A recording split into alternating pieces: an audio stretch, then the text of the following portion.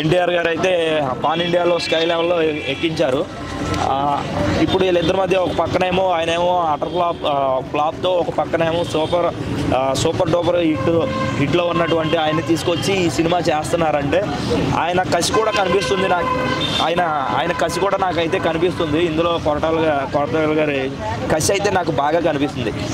ఇప్పుడు ఉన్న అంటే ఎన్టీఆర్కి ఉన్న ఇమేజ్కి, ఎన్టీఆర్ ఉన్న రేంజ్కి కొరటాల శివ రీచ్ అవుతాడు అనుకోవచ్చా?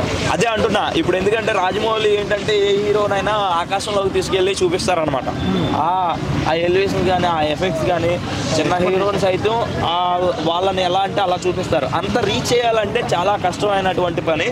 అట్లాంటిది ఇప్పుడు కొరటాల గారు, నేను ఒక చిన్న పోస్టర్ చూస్తేనే ఆ కత్తి కానీ చూస్తుంటే ఒక మైండ్ బ్లోయింగ్ అనమాట. ఆ పోస్టర్ కూడా బ్లాక్ అండ్ వైట్ థీమ్లో అట్లా ఉంది అనమాట.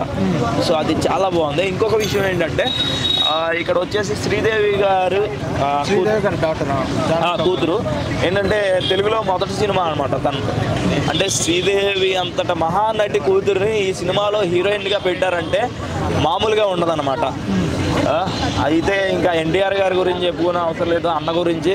ఎందుకంటే అన్న ఎప్పుడు ఎక్కడ ఉంటాడు, అన్న కోసం సినిమాల కోసం వెయిటింగ్ ఇక్కడ డైహార్డ్ ఫ్యాన్స్ అని అయితే నేనేం చెప్పను. కానీ ఎందుకంటే యాజ్ ఏ ఉమెన్గా ఏంటంటే మనం అందరం చూస్తూ ఉంటాం అనమాట. బయట ఎలాంటి స్వచ్ఛంద కార్యక్రమాలు కానీ ఎలాంటివైనా ఎటువంటిది ఏది ఆశించకుండా నిస్వార్థమైనటువంటి హృదయంతో అందరికీ సేవా దృక్పథంతో ముందుకు వెళ్తుంటాడు.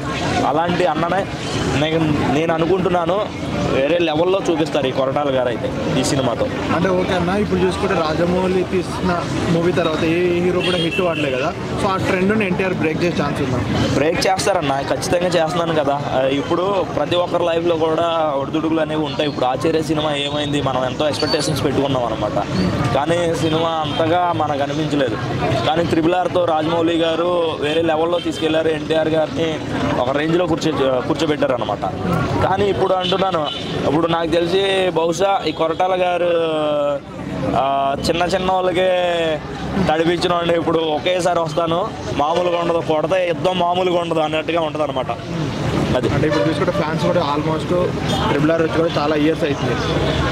ఫ్యాన్స్ కూడా చాలా ఎక్స్పెక్టేషన్ పెట్టుకున్నారు కదా. అవునవును, చాలా వెయిట్ చేస్తున్నారు ఫ్యాన్స్ పరంగా. అదే అంటున్నాను కదా, చాలా ఎక్స్పెక్టేషన్స్లో ఉన్నారు అందరూ కూడా ఈ సినిమా కోసం. చాలా ఇప్పుడు అందరూ వెయిటింగ్. ఇప్పుడు ఎన్టీఆర్ నుంచి ఇప్పుడు వరకు ఇప్పుడు మళ్ళీ RRR తర్వాత ఏమి రాలేదు కాబట్టి ఈ సినిమా కోసం వెయిటింగ్. అదే కొరటాల గారు కూడా సినిమా తర్వాత సరైన వెళ్ళలేదు. అంటే కొరటాల శివ అంటే గాల్లో ఫైట్లు అది ఇది అనుకుంటాం. ఈ పోస్టర్ చూస్తే నాకైతే అట్లా అనిపించట్లేదు.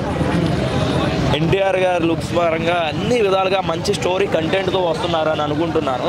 ఖచ్చితంగా మేమందరం కూడా ట్రైజర్ కోసం అయితే వెయిట్ చేస్తున్నాం. ఫస్ట్ ట్రైజర్ ఎప్పుడు వస్తుందని దానికోసం వెయిట్ చేస్తాం అయితే జరుగుతుంది. మా సత్యం 24 ఫ్రేమ్స్ ఛానల్ని సబ్స్క్రైబ్ చేసుకుని బెల్ ఐకాన్ని యాక్టివేట్ చేసి లైక్ చేయగలరు, షేర్ చేయగలరు.